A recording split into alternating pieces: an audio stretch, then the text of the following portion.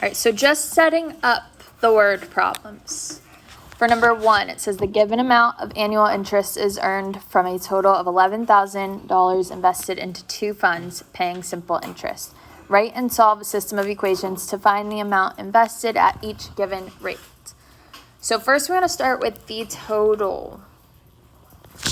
I have a total amount coming from 2 different funds, so I can call one of them X and the other one Y.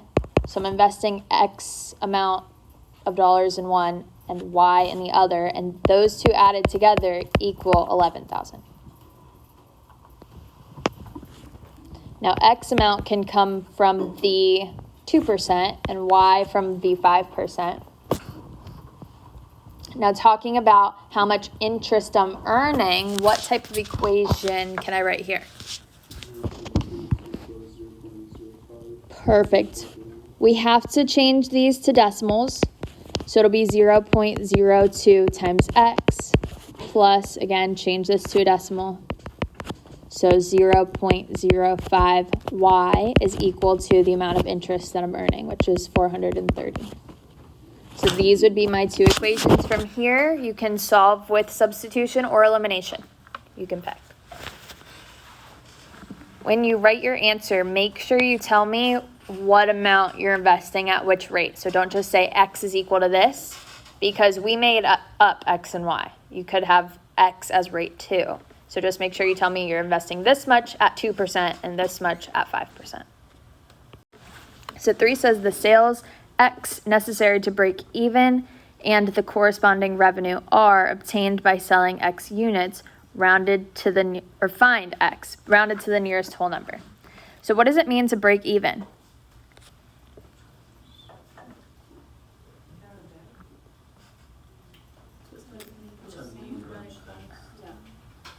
Right, it's when the cost is equal to the revenue. Yeah.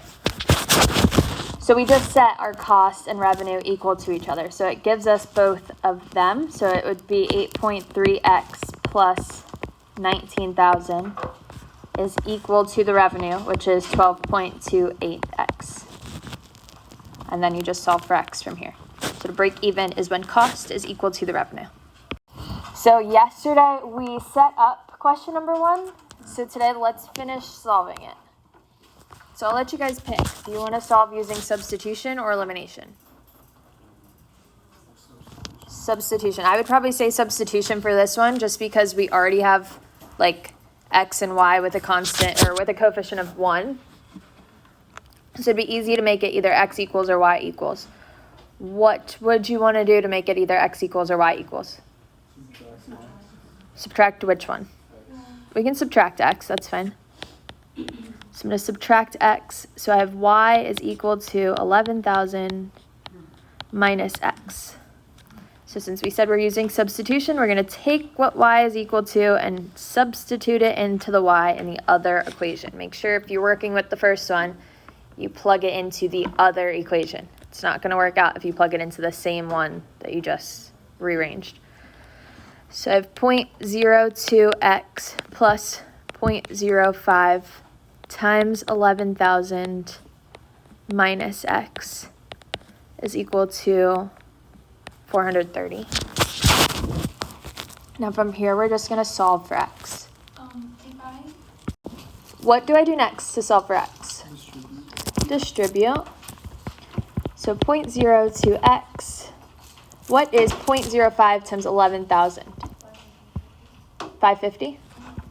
So plus 550 minus 0.05x is equal to 430. What's next? Combine like terms. So what's 0.02x minus 0.05x? It would be negative 0.03x. And then I'm also going to subtract 550 and move it to the other side. So what's 430 minus 550? Negative 120. Lastly, we're going to divide both sides by negative 0.03. What do we get x is equal to? 4,000. What was I calling x here? Like, 2%. the x is how much I invested at 2%. So when I write my answer, you have to make sure you specify. I'm investing $4,000 at 2%. Now I need to find out how much I'm investing at 5%. So what would I have to do next? I'm going to take x and plug it into the first equation. It's going to be a lot easier to work with than the second one. So I have $4,000 plus y is equal to 11,000. So subtract 4,000. So what does y equal? 7,000. So I'm also investing $7,000 at 5%. So this would be our answer here. All right, let's take a look at number 2. We are solving the system of equations. So here, because I have an x squared and an x, I can't solve using elimination. So I could solve using substitution. How would I do that? I already have what y is equal to, so I'm going to take what y is equal to and substitute it into the y in the other equation. So 2x squared plus 2x minus 2x plus 3 is equal to 15. What do I have to do next? Distribute. Be careful when you're plugging it in. Plug it into parentheses because you'll have to distribute if you have any coefficient out front. So 2x squared plus 2x minus 3 is equal to 15. What do I do next? Combine like terms. So I can cancel out my 2x's. I have 2x minus 2x would just be 0. And I'm going to add the 3 to the other side.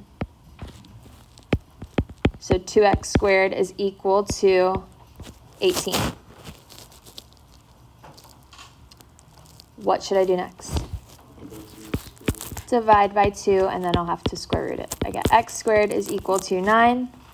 Take the square root of both sides. So what does x equal? Plus or minus 3. Awesome. Because I took the square root of both sides, you need that plus or minus there. So plus or minus 3. So I technically have two different answers for x. I have x is equal to positive 3 and x is equal to negative 3. So what do I do to find y? Plug them both in. So I'm going to start by plugging in 3. I'm going to plug it into the second equation because it's going to be a bit easier. So I have 2 times 3 plus 3 is equal to y. 6 plus 3 is equal to y. So what does y equal? 9. How would I write my answer here?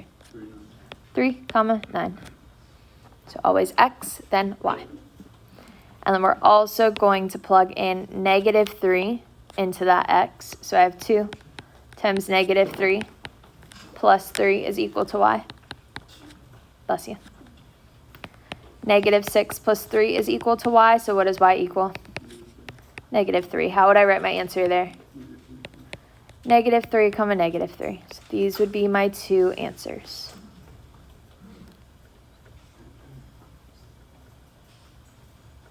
So let's look at 3. We set up 3 yesterday. It said find the sales X necessary to break even and the corresponding revenue R obtained by the selling X units. Round to the nearest whole number.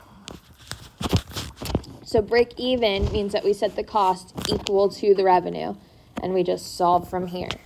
So I'm solving for X. What would I do? Subtract 8.3x. So I'm combining my like terms. So 19,000 is equal to what?